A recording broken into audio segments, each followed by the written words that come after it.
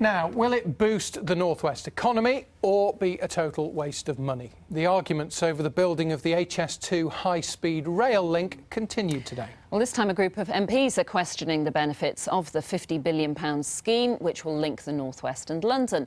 The government insists it's vital for businesses and is the only way to ease overcrowding.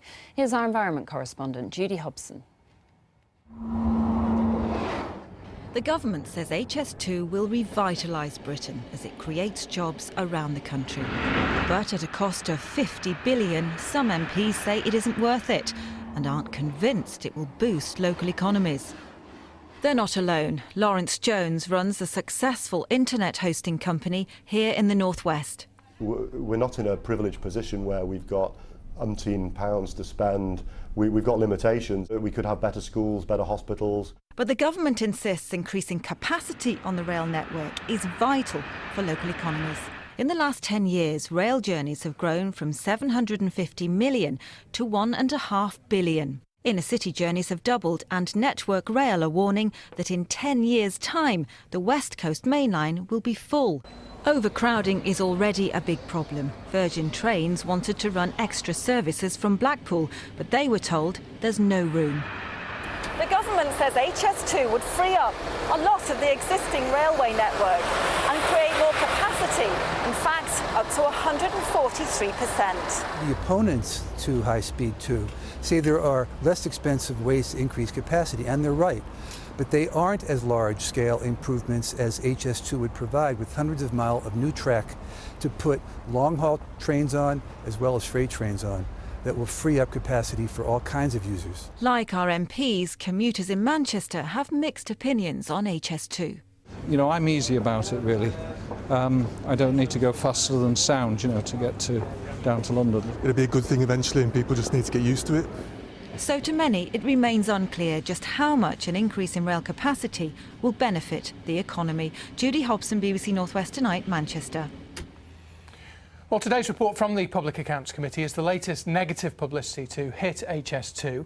Earlier, I asked the Transport Minister Simon Burns if it was another nail in the project's coffin.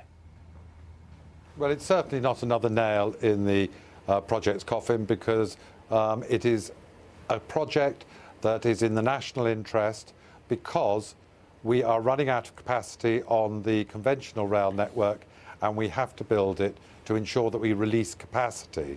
But the trouble is that the PAC report is based on an NAO report that was published in the summer, and that was based on out-of-date figures and information. They say some of your figures are out of date, so who are we to believe here? Yes, some of our figures may be, but they are figures that are being updated at the moment, and we will be publishing the business assessment later this autumn. If your figures are updated and don't stack up, then will you back down on this? Will HS2 be shelved? We will have to wait and see what the figures and the reports and the analysis shows. But that's a possibility. Would be stupid. Well, no, it'd be stupid at this point for me to get into an argument like that about ifs and buts. One of the criticisms which is made is that in other countries which have HS2, it has extended the influence of the capital rather than growing the regions.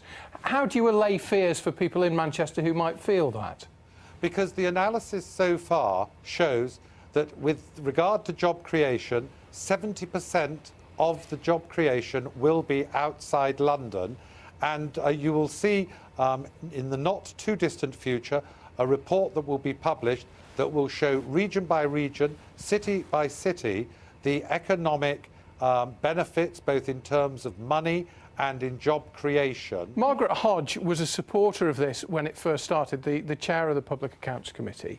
She now says that she has serious doubts and thinks the money would be better invested in extending the capacity on the West Coast Main Line.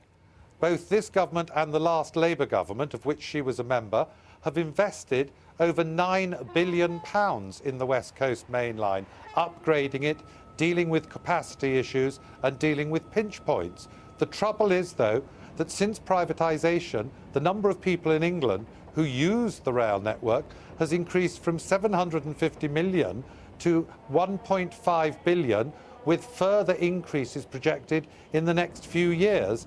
And the capacity for the West Coast Main Line will run out in 2024 and we need more capacity. Simon Burns, thank you. Thank you.